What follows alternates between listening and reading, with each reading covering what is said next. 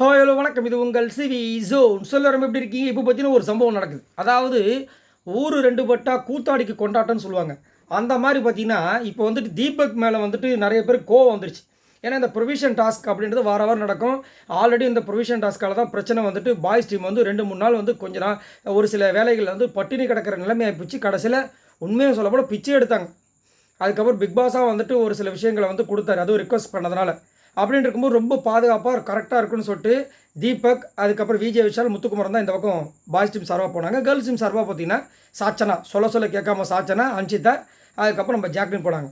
சரிங்களா? இதில் வந்து உண்மையிலேயே பார்த்தீங்கன்னா இந்த கேர்ள்ஸ் டீமில் வந்து பொறுப்பாக எடுக்கிறது பார்த்தீங்கன்னா அன்ஷிதா மட்டும்தான். மற்றபடி ஜாக்லினும் பெருசாக வந்து அந்த கிச்சனில் நம்ம அதிகப்படியாக பார்க்கறது கிடையாது. அன்ஷிதா அதிகமாக இது பண்ணுறாங்க. அதேமாதிரி சாச்சனாவும் பெருசாக பண்ணுறது கிடையாது. அதேமாதிரி சமையல் நல்லா தெரிஞ்சவங்க உள்ளே போகிறாங்களா கேட்டிங்கன்னா அதுவும் கிடையாது. அதேமாதிரி ஆர்ஜி ஆனது போகிறத சரித்திரமே கிடையாது, எதுலேயுமே போகிறது கிடையாது. என்னமோ அதிசயமாக இந்த ஷாப்பிங்கில் போய் உட்காந்துட்ருக்காங்க.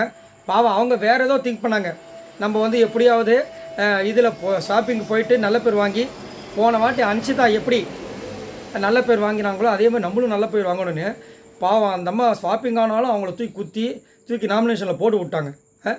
இப்போ என்னென்னா இந்த பிரச்சனைகள்லாம் இது இப்போ என்னென்னா இங்கே ஒரு பிரச்சனை நடந்து போச்சு. என்னென்னா ப்ரொவிஷனில் வந்து பார்த்தீங்கன்னா கிட்டத்தட்ட 9,000 இவங்க சேமித்து வச்சுருக்காங்க. அதாவது ப்ரொவிஷனில் ஜெயிச்சாங்க. இப்போ 9,000 பொருள் எடுக்கணும். ஆனால் அங்கே வந்துட்டு கொஞ்சம் அதிகப்படி எடுத்தோடனே என்ன பண்ணுறாங்க, டப்புன்னு வந்துட்டு அதாவது தீபக் வந்து 6,000 பேஸ்கெட்டில் எடுக்கிறாரு. இந்த பக்கம் நம்ம விஜய் விஷால் 3,000 எடுக்கிறாரு. இவர் வந்து ஸ்நாக்ஸ் சம்மந்தப்பட்டது எடுக்கிறாரு. இவர் வந்து வீட்டுக்கு தேவையான அந்த ஃபுட் ஐட்டம்ஸ், அதாவது மெயின் கோர்ஸ் சம்மந்தமாக எடுக்கிறாரு. இப்போ அதிகமாகிடுச்சுன்னு நம்ம முத்து சொல்லும்போது 6,000 இருக்கிறத கம்மி பண்ணாமல் என்ன பண்ணுறாரு, இந்த ஸ்நாக்ஸ் மேட்டரில் கை வச்சிட்டார். அது அங்கே இருக்கிற விஜய் விஷாலுக்கு, முத்துக்குமரன் எல்லாருக்கும் டென்ஷன் ஆகிடுது. ஆனால் முத்துக்குமரன் அதையும் சொல்லாமல் இருக்கார். நம்ம விஜய் விஷால் மட்டும் சொல்கிறாரு, இவர் இப்படி பண்ணலாமா, இப்போ வந்து கம்மி பண்ணணும்னு சொல்லும்போது அவரோட பேஸ்கெட் 6,000 இருக்குது, அதில் கம்மி பண்ணாமல் எந்தில் வந்து கை வைக்கிறாரு. அப்போ நம்ம வெறும் சாப்பாடு மட்டுமே சாப்பிட்டு இருந்துட முடியுமா?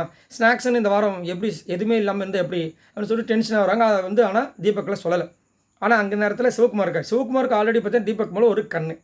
தீபக் எப்போ வந்துட்டு ஏதாவது பிரச்சனை மாட்டுவார், அங்கே வந்து நம்ம ஊதணும் சங்கு இப்படின்னு நினச்சிட்டே இருக்காரு. இப்போ இந்த மாதிரி ஆனவனு இதை வந்துட்டு ஸ்ட்ரெயிட்டாக நல்லா உள்ளம் படைத்த ஆர்ஜி ஆனந்த் கிட்ட சொல்கிறாரு, இந்த மாதிரி நான் வந்து எனக்கு முதலே தெரியும் இந்த ஆளை பற்றி, தீபக்கை பற்றி. நான் சொல்லும் போலாம் கேட்குறேன், ஒரு தோசைக்கு அவர் என்னென்ன அட்டூழியம் பண்ணுவார் தெரியுமா? இப்போ வந்து குத்துது குடையுதுன்றானுங்க. அவனுங்க சொல்கிறானுங்க, அதுவும் கூட இருக்கிற விஜய் விஷால் சொல்கிறான், இனிமேல் நான் அவர் கூட போக மாட்டேன்றான். அப்போ உனக்கு உள்ளுக்குள்ளே இருந்திருக்கு அப்படின்ற மாதிரிலாம் வந்துட்டு டெவலப் பண்ணி டென்ஷன் ஆகிறார் பக்கத்தில் ராணுவ. ஏன்னா இவங்கக்கிட்ட இருக்க வன்மத்தை, அதுவும் ஆர்ஜி ஆனந்த்கிட்ட. ஆர்ஜி ஆனந்த் எப்படின்னு உங்களுக்கு தெரியல, இவங்க ஒன்றுன்னு சொன்னால் 9 சொல்லுவாங்க. ஆமாங்க நான் கூட பார்த்தேங்க, நேற்று கூட அந்த ப்ரொவிஷனில் 10,000 இன்னும் 10,000 வந்தது இல்லை, ஐயோ நடக்கும்னு சொல்ல வந்தேன் அப்படின்ற மாதிரி பில்டப் பண்ணக்கூடிய ஆள்.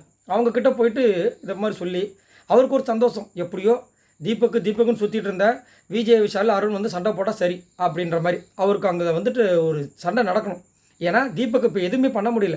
ஏன்னா சுற்றி கேமரா இருக்கிறவங்க என்னை ஒருத்தன் வந்து கலாச்சிட்டான், அவனை நான் எப்படி அட்டாக் பண்ணுறது தெரியல. சரி இந்த மாதிரி வந்து குறுக்கு புத்தியில் பண்ணலாம் அப்படின்ட்டு.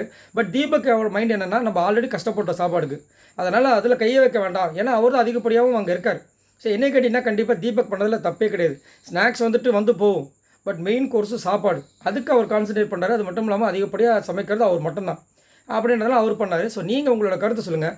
இங்கே விஜய் விஷாலும் சிவகுமாரும் மொத்தமாக தூக்கி தீபக் மேலே பழிய போடுறாங்க. இது அவரால் தான் நடந்துச்சு, இது பெரிய தப்பு அப்படின்ட்டு உங்களோட கருத்தை சொல்லுங்கள். மறக்காமல் இந்த வீடியோக்கு லைக் தட்டி விடுங்க. நம்மளோட சேனலை சப்ஸ்கிரைப் பண்ணுங்கள். பாய் நண்பர்களே.